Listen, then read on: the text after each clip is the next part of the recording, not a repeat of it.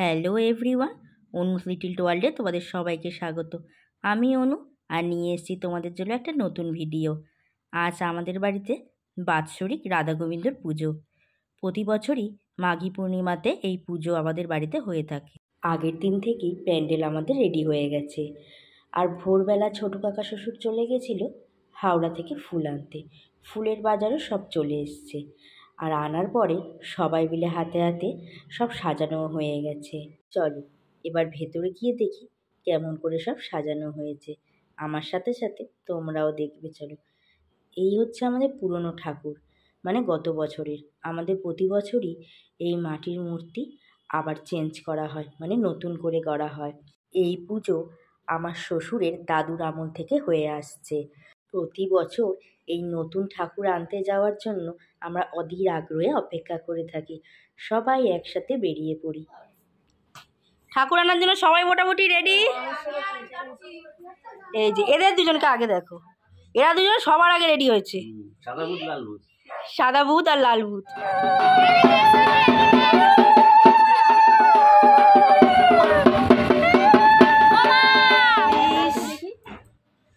Side দেবে একটু কেউ।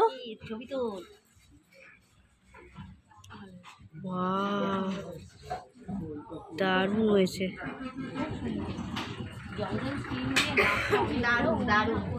দারুণ। নতুন বউ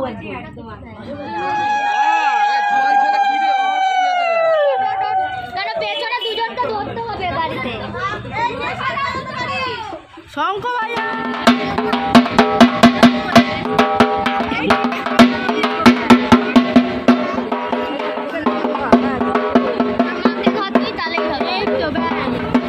রাধাকে বেনারসি পরে আর কৃষ্ণকে ধুতি পরে কি সুন্দর লাগছে।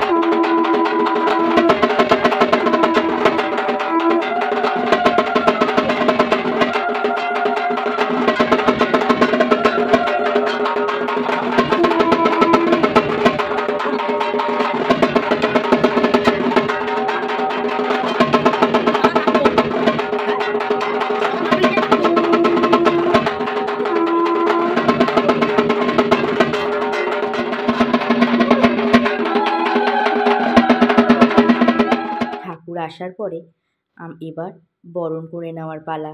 আমার শাশুড়ি মা আগে বরণ করে নিয়েছে, তারপর যা বরণ করেছে, তারপরে আমি ছোট বউ, সবার লাস্টে আমি বরণ করছি। ঠাকুরকে বরণ করে তোলার যেই আনন্দ, সে আর বলার মতো না। প্রতি বছরই আমরা আশায় থাকি ঠাকুরকে বরণ করে ঘরে তুলব, তবে কোনো বছর যদি কোনো কারণে না হয় তখন খুব মন খারাপ হয় আমাদের। এই যে বাবা ঠাকুরের সব গয়নাগাটি পরিয়ে নিল। যারা যারা আগে মালা দিয়ে যায় সেই মালাগুলো আগে সব পরানো হয়ে যায়। তার সাথে থাকে ঠাকুরের ফুলের মুকুট।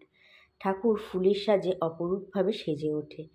আর তার সাথে আমরা বসে পড়েছি ঠাকুরের সব ফল ফলাদি কাটার জন্য। বাকি যা যা নিয়ম কানুন আছে সেগুলো সব রেডি করার জন্য, কারণ ব্রাহ্মণ ঠাকুরের আর আমরা ভিতরে ঢুকতে পারি না, জায়গাটা খুবই অল্প। এবছর ঠাকুরের এই মুকুটটা নতুন আনা হয়েছে, মানে একজন দিয়েছে। ঠাকুরকে সাজানো হয়েছে, এই মুকুটটা ঠাকুরের মুকুট, ঠাকুরের বাঁশি, ঠাকুরের পায়ের তোড়া সব রকম দিয়ে সুন্দর করে ঠাকুর সেজে উঠেছে। সবাই মিলে হাতে হাতে কাজ এগিয়ে নিচ্ছি, কেন ব্রাহ্মণ ঠাকুর আসার সময় হয়ে এসছে। বাড়িতে সবার কাছে গল্প শুনেছি এই ঠাকুরের মূর্তি আগে এত বড় ছিল না, আগে নাকি ছোটই ছিল। তো একটা ঘরে যখন ওনারা থাকতেন সেখানেই ঠাকুরের মূর্তি থাকতো। অনেকবার নাকি ঝড়ে ঠাকুর পড়ে গেছে, কিন্তু ঠাকুরের কোনো ক্ষতিই হয়নি। তো আজ সেই থেকে আস্তে আস্তে ঠাকুরের আশীর্বাদে সবাই মিলে আজকে ঠাকুর ঘর আলাদা, ঠাকুরও বড় হয়েছে। ঠাকুরের আশীর্বাদ না থাকলে কখনোই এগুলো কেউ করে উঠতে পারে না। অবশ্যই ঠাকুরের আশীর্বাদ মাথায় আছে বলেই আমরা আস্তে আস্তে করে এইগুলো করতে পেরেছি। তবে আমরা তো করিনি, করেছে বাবা কাকারা। ঠাকুরের কাছে এইটুকুই চাওয়া, যেন আমাদের সেই শক্তি দেয়, বাবা কাকারা যেমন সবাইকে নিয়ে পুজো করছে, আমরাও যেন বছর বছর সবাইকে সঙ্গে নিয়ে এই পুজো কাটাতে পারি। পুজোর 3টে দিন কীভাবে যে সবাই মিলে একসাথে সময় কেটে যায় বোঝাই যায় না। চলো তোমাদেরকে একটু মালা পরানোর পর কেমন লাগছে দেখাই। ফোনটাও অন হচ্ছে না, দেখো তো।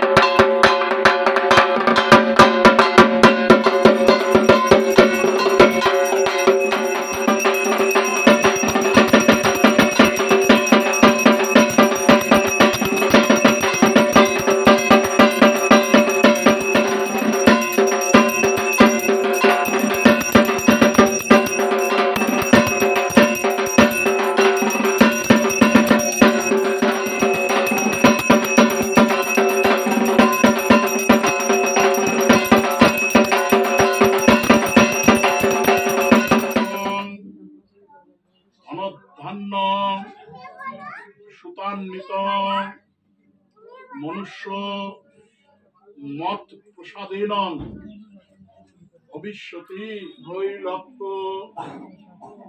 পূজিতে শ্রীমং সদা। পুজো শেষ, এবার প্রসাদ বিতরণের পালা। সবাই মিলে হাতে হাত লাগিয়ে যারা যারা মিষ্টির প্যাকেট দিয়েছে পুজো দেওয়ার জন্য তাদেরকেও দিয়ে দিচ্ছি, আর সাথে সাথে সবাইকে প্রসাদও দিচ্ছি। তো আজকের মতো ভিডিওটি এই পর্যন্ত, দেখা হচ্ছে অন্য কোনো ভিডিওতে।